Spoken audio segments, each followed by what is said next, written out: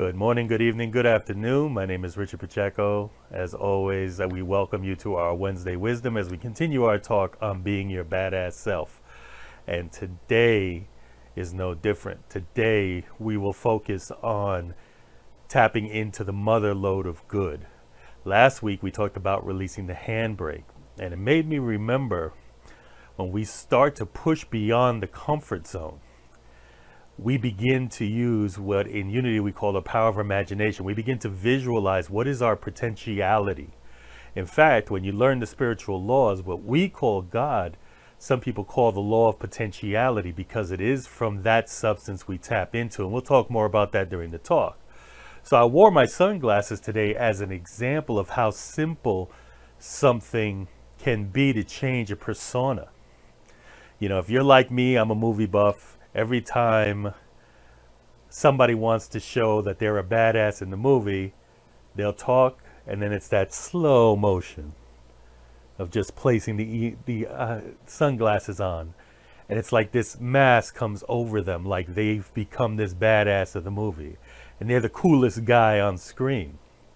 In fact, if you're a music buff like I am, you remember the song. It's like, I wear my sunglasses. You know, my future's so bright, I've got to wear shades. So that's what I hope you saw from last week. But let's go ahead and tap into this.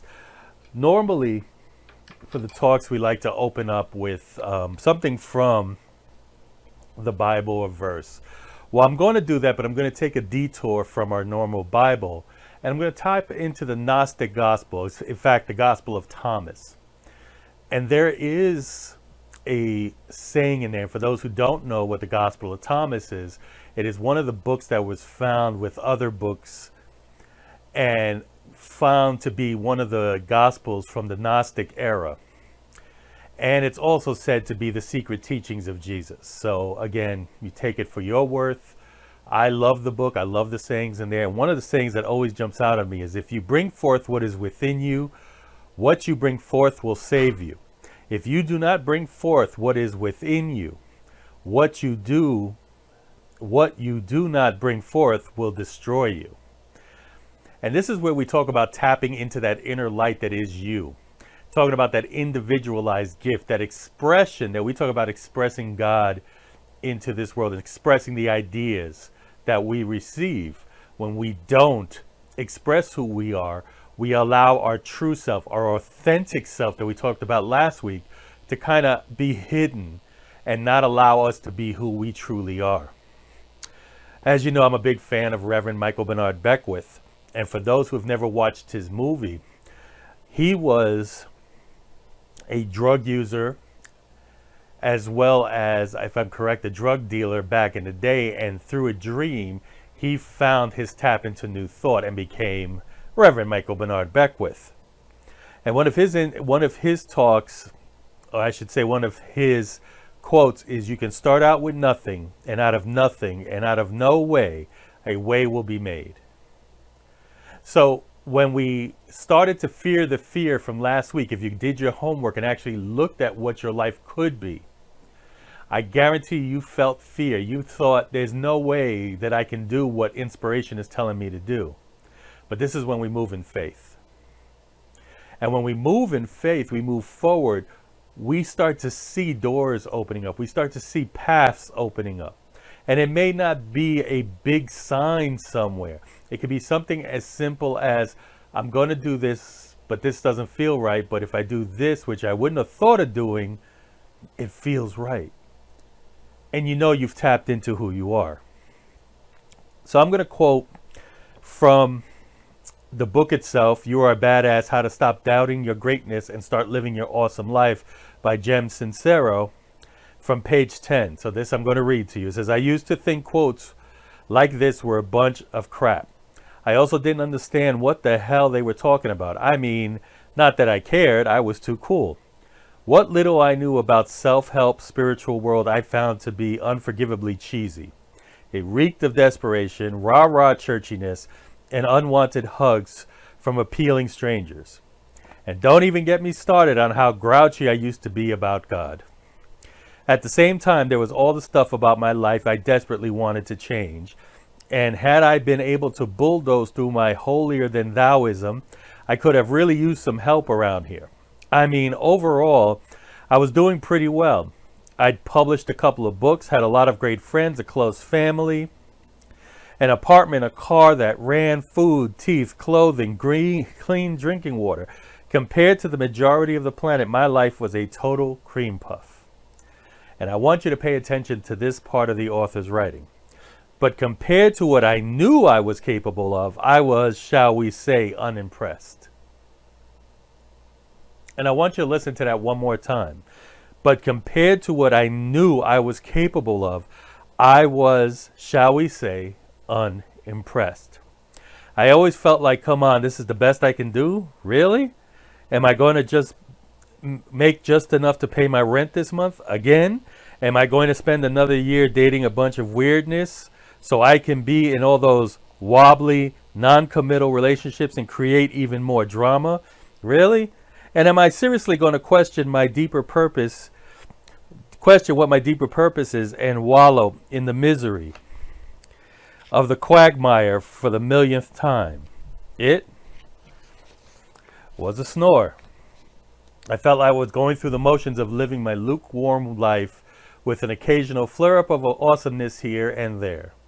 And the most painful part was that deep down I knew I was a total rock star, that I had the power to give and receive and love with the best of them, that I could leap tall buildings in a single bound and could create anything I put my mind to. And what's that? I just got a parking ticket. You've got to be kidding me. Let me see that. I can't afford to pay this. It's like my third one this month. I'm going to go down there to talk to them right now. Then doop-de-doo, off I'd go to consumed once again by the low-level minuet, only to find myself a few weeks later wondering where those few weeks went and how I could possibly be that I was still stuck in my rickety-ass apartment eating dollar tacos by myself every night. Now, this is her life, not ours, but have you ever felt that way, looking at your life, feeling that you know there's more you can do, what your awesomeness truly is? Or maybe not like your life is a big snooze, but there is more. Then there's more you become, the more God to express. Eric Butterworth says it best when he says, God is a circle whose center is everywhere and whose circumference is nowhere. So when Unity, we talk about our 5 principles, when we know it's not as we define God, but we say what we understand God to be or the good to be. But principle number 2 reassures us that we are good because we are made in the image and likeness of God, that we read in Genesis. And we know that the image that we talk about is not the physical image, but that spiritual, intellectual, intuitive image of who we are. So we continue this month talking about you are a badass, and today we focus on you're a badass at making money. Now, this is in one of her other books, Jen Sincero. In fact, my wife is going through it now, and I probably will go through it later. And I know we hear the whole making money part of it, and a lot of times we push books away because we think it's all about money. Well, I implore you that outside of these lessons, get your hands on books like You're a Badass at Making Money, because it's all about mindset. Think and Grow Rich by Napoleon Hill, Prosperity by Charles Fillmore, any of Catherine Ponder's books on prosperity. So last week we talked about the possibilities of your life, and I want and hope that you thought about it. That you thought about what the possibilities of your life are, and if you're actually living your authentic self. And if you remember correctly, when the authentic self and the intuitive self merge together, the false self starts to get pushed away. And that was the important part. When you can truly see who your authentic self is and tap into the intuitive self, which is what we talk about when we talk about going into source or going into God, getting that one mind intuitiveness. When you join that with your authentic self, that false self starts to fall away. So, These books that we're talking about by Jensen Sarah are here to help you experience your badassness. Yes, we're making up words now. But the whole point is, we want you to understand who your authentic self is, who your badass is. And we all have the potential to tap into that mother lode of good. In many cases, we call it source, we call it universe, we call it God. It doesn't matter what we call it, but it is the source that is around us, that intuitiveness. When we tap into the mind, as we say, some people can also call it the Akashic Records. And you can look up more of what that is. But it's tapping into that goodness, that mother lode of good to pull down. So today, if we did our homework last week, we're ready to move into this next stage. So we're going to look at 3 areas. One is to give yourself an allowance. So we're going to move into some exercises. I really want you to really participate for the next 7 days. Get involved in some risky business and finally mix up a cocktail of creation. So let's talk about give yourself an allowance. So, not like you used to give yourself as a kid. So, we talk about allowance. We're talking about me giving my kids money to spend. But when we talk about allowance, and this is a lesson I had to learn, is to be able to tap into the motherhood of good, or the mother lode of good. It's being open to receive. Catherine Ponder has a book just on that subject that it was given to me and helped me to understand that. So I'm going to read out of Badass at Making Money, page 15. Everybody arrives on this planet with a unique desires, gifts, and talents. As you journey through life, your job is to discover what you are, to nurture them, and to bloom into the most authentic, gleeful, and badassiest version of yourself. In order to do this, as a human being in modern society on planet Earth, you must be rich. And let me clarify what I mean by rich. Lest you think I'm saying your life is worthless. Your life is worthless unless it involves a mansion and a yacht. Rich, able to afford all things and experiences required to fully experience your most authentic life. I want to read that last line again. Rich, meaning able to afford all things and experiences required to fully experience your most authentic life. Your desires were given to you by the universal intelligence that created everything in existence and expressed a purpose being carried out by you during your lifetime. Let's read from page 14. One of the biggest obstacles to making lots of money is not the lack of good ideas or opportunities or time, or that we are too solve-me or stupid. In other words, we're not spending too much time trying to solve issues or just plain stupid. It's what we refuse to give ourselves permission to become rich.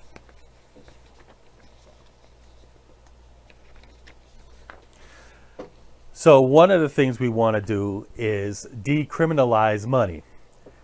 Decriminalize those who have it. The scripture has been used against us in regards, but we might remember some of these scriptures. Easier for a camel to go through the eye of the needle than for a rich man to enter the gates of heaven. Now again, historical Bible says that was mistranslated, but whatever the case was, it's one of those things that says a rich man can never make it into the kingdom of heaven.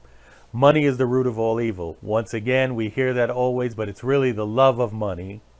And store your treasures in heaven.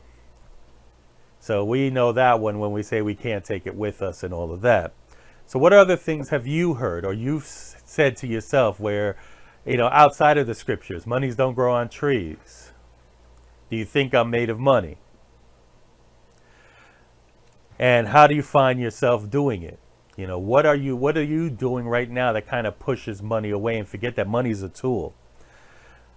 Charles Fillmore constantly talks about in prosperity that when we talk about the flow of prosperity to us from God, from good, from spirit, from universe, whichever it is for you, that it doesn't come in the form of physical money, but comes in the form of ideas, a flow of dreams, a flow of spiritually guided intuition that allows us to tap in, and when we take action with it, have the possibility to bring abundance. And again, he talks about how we must become that.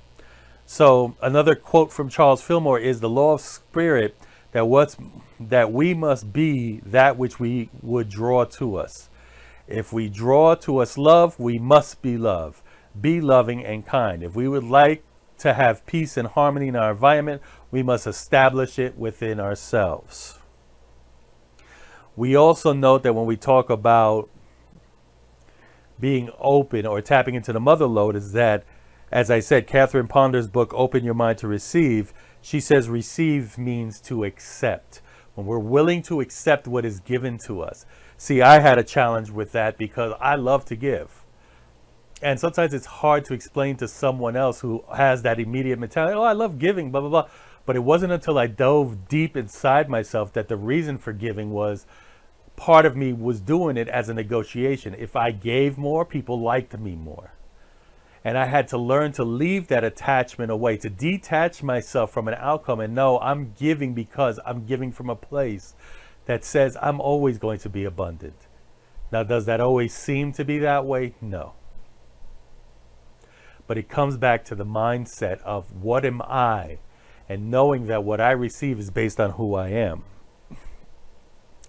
So you want to give yourself permission or give yourself an allowance to be okay to be abundant by making it okay to have money, by making it okay to be rich, by making it okay to be loved, to be okay to be at peace. Sometimes you need that permission. I've been there, trust me. When you keep telling yourself that I'm not good enough, I'm not worthy enough, I'm not whatever, sometimes you need someone to say, hey, stop it. You are worthy. I give you permission to be worthy. And it may sound stupid in some ways, but our mind, our comfort wants to protect us from being hurt. So that permission is like someone opening the door and say, please come in. Our next one for today is get involved in some risky business. In order to hit the mother lode of good, you have to be engaged in some risky business. Not the kind that Tom Cruise encountered in his breakout lead role in the movie of the same name, but you need to take a risk. When was the last time you took a risk? In fact, I think it was Randy Gage, who I've spoken about before, who introduced me to Unity through his book, actually wrote a book called Risky, the New Safe. Because when we are afraid to take that risk, we try to achieve nothing. And if we try to achieve nothing, we will always hit it. So from her book again, Badass at Making Money, on page 9, she says, we have been raised to believe that you have to work hard to make money. And certainly there are times that is true. But the real secret is that you have to take a huge, uncomfy risks. You have to do stuff you were never done before to make yourself visible, to acknowledge your own awesomeness, to risk looking stupid. You must not only admit to desiring and commit to creating wealth, but most important, you must allow yourself to do so. Taking risk is uncomfortable, but it's a kind of discomfort that equal parts eek and hell yeah. Fear and excitement are two sides of the same coin, and that is precisely the kind of discomfort I'm talking about, otherwise known as a rush. It is the critical, thrilling discomfort of living large and in charge. And I can tell you as a speaker, that has happened to me multiple times. In fact, one of the biggest examples of manifesting what you don't want in your life, and that's something Michael Bernard Beckwith teaches, is that worry is nothing more than attracting into your life what you didn't want in the first place.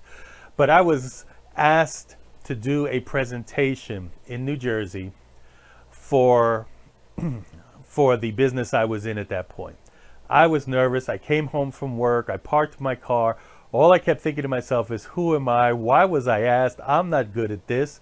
Why? And then this person had a good, 30, 40, maybe 50 people showing up. Could have been more. So in my head, I'm thinking about how I look, who would want to hear me. And everything in my head was, how do I get out of it? How do I make a call and make an excuse? Now I remember this day because I finally went home, got dressed, put on my suit, said, okay, I'm going to get this over with. Came downstairs and found my minivan crashed. Now, the manifesting, I could talk about it in another talk, but I realized that I brought this energy on me. My energy was stronger for what I didn't want to do than what I was called to do. The following week, once it was fixed, I was invited again. And I started doing these presentations. And then presentations became training. And training started with 4 people. And it ended up being over 200 people coming weekly to hear me train, along with some other trainers. But I realized that I had to take that risk no matter what my mind was telling me. I remember the first time I spoke at my Unity, I had pretty much disowned the Bible. I had pushed all religiosity away because of the hatred I saw that came from certain people. And Unity reintroduced me to the Bible and other religious works. And when I stepped up there, all I could say to myself was, what could I speak on that these people want to hear? So I had to tap into who I was. In fact, today I was listening to a book called Don't Drop the Mic by T.D. Jakes. And he talks about that. He said, too many people want to imitate and not integrate. And I remember my first talk at Unity was Jesus and leadership. And I was always training on leadership. And I said, well, what if I can combine the teachings of the master teacher to what I would teach in a leadership class? Obviously, it went well because not only was I invited back without training for minister, but here I am a number of years later as a minister speaking to you. So, even though we have that fear of failing, we need to take risks. And at least, especially if we're being told in our heart to do so, we need to move forward and go for it. So the question now becomes, what are you willing to take risks with? What risks are being called into your life right now that you've been pushing away that you need to say right now, I want to tap into that Mother Lode of Good. I want to tap into that authentic self that I am. I want to tap into that love, the peace, the money, whatever it is for you. What is it that you're willing to risk for that? And what risk are you willing to take at this moment? In my case, I'm starting a business.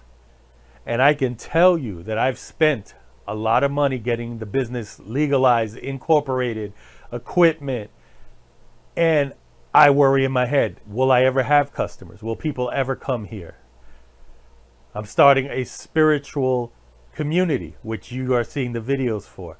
And I have to ask myself, are people actually listening to this when I take the time to record and edit and make sure it's up on time while handling a full-time job? But you know what? That risk was put in my heart a long time ago. And I knew I had to jump in feet first. I know it'll take time and I know it's a building process, but I will be there. What risk are you willing to take today?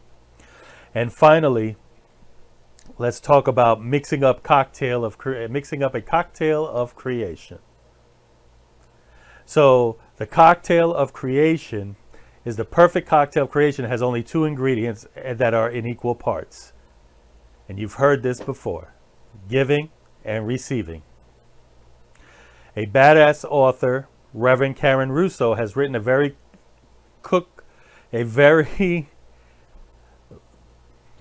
I want to say, I'm trying to use the author's words here as she's trying to imitate, because she's actually friends with the author.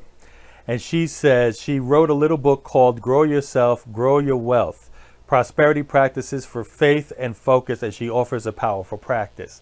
So the author, who actually helped write this talk as well, has actually given us some exercises.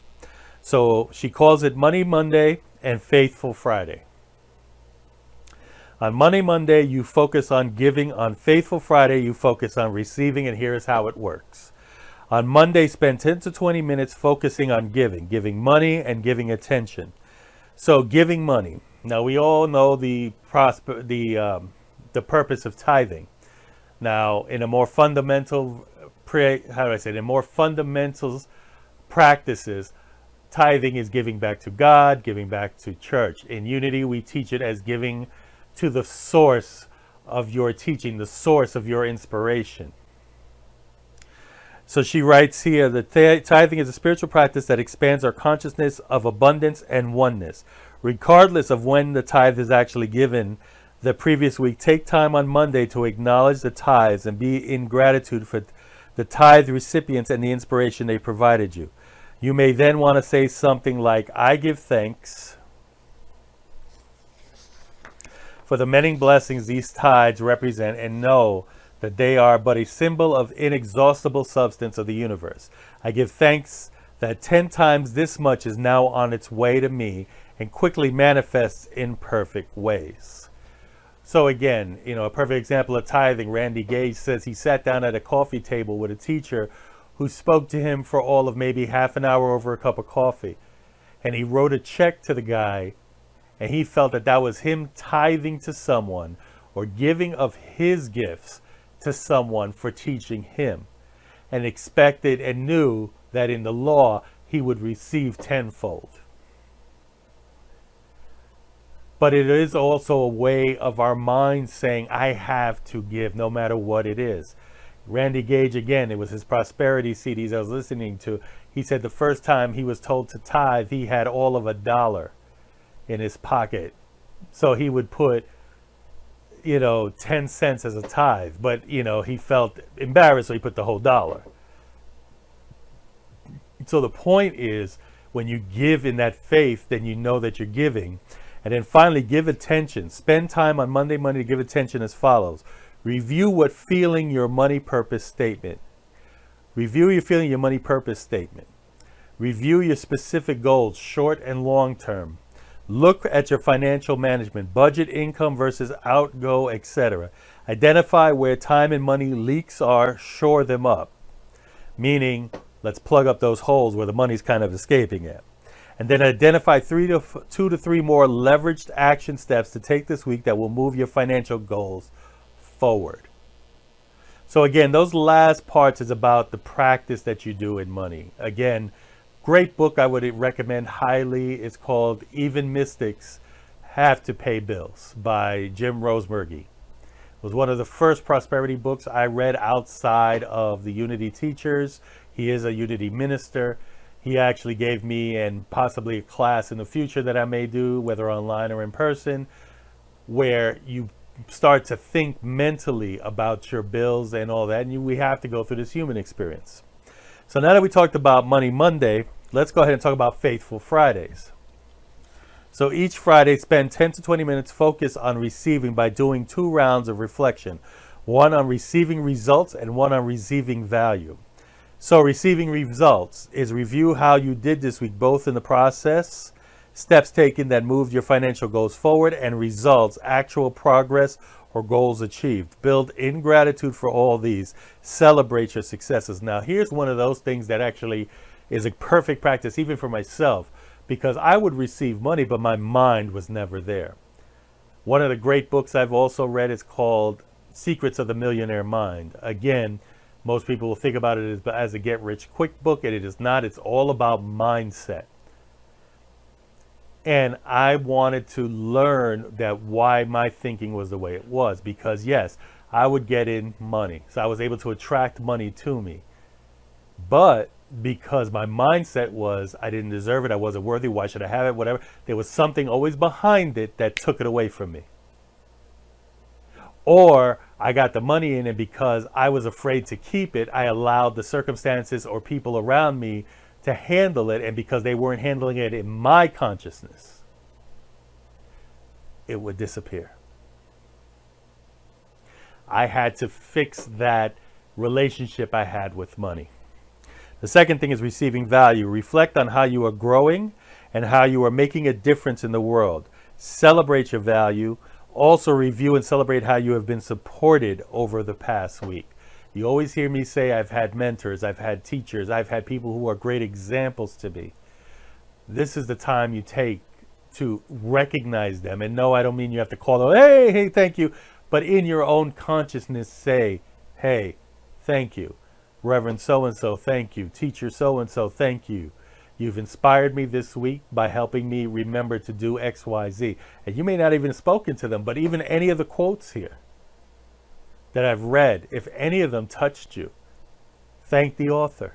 Don't even have to speak to them. And you want to do that this week. So let's review quickly. We talked about giving yourself an allowance, giving yourself permission to tap into that mother lode of good. Give yourself permission to make money. Give yourself permission to find love. Give yourself permission to be loved.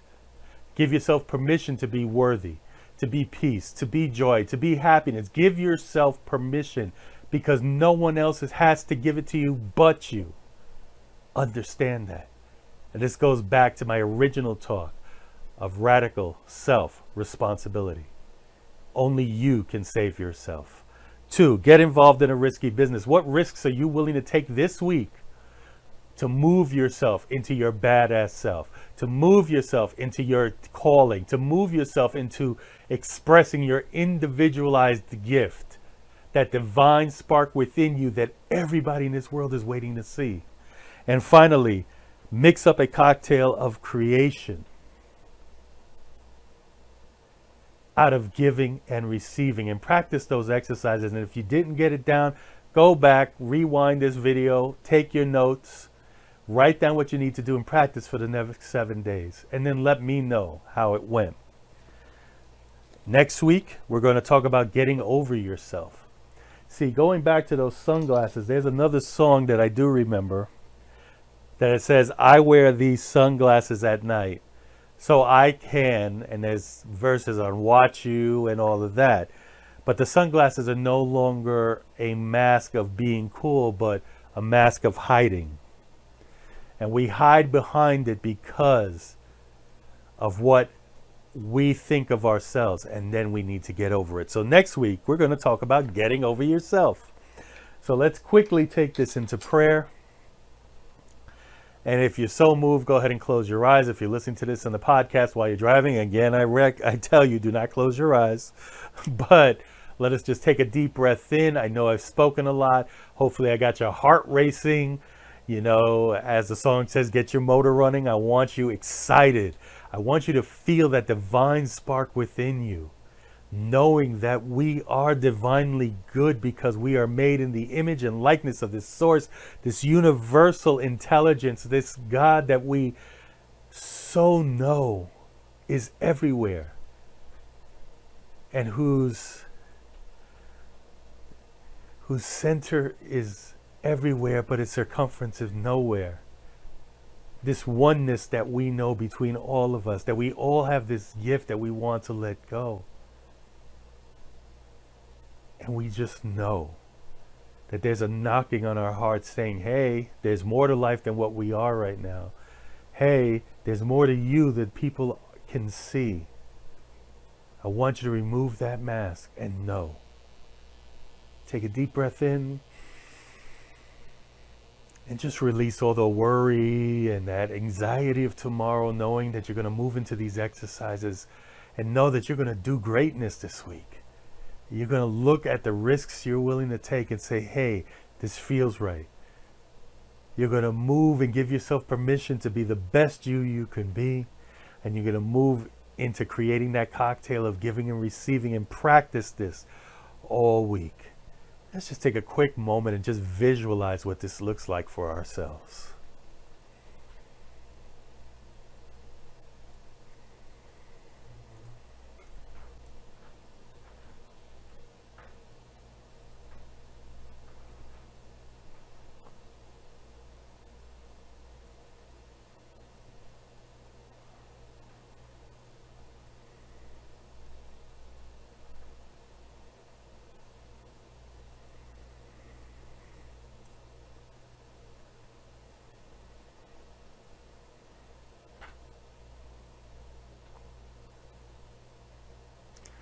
As we come back into a state of gratitude, knowing and giving thanks that we know this is already done.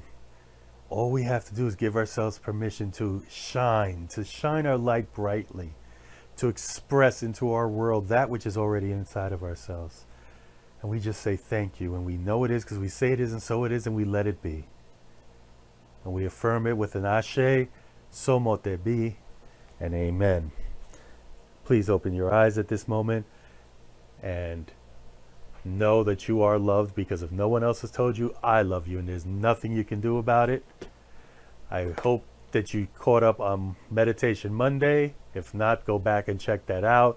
Again, we released this on Wednesday morning, and about an hour later it'll be on my podcast. So any way you listen to this, get the most of it. Take your notes. Get it done. We are on YouTube. We are on all the podcast stations, including iHeartRadio. So check it out.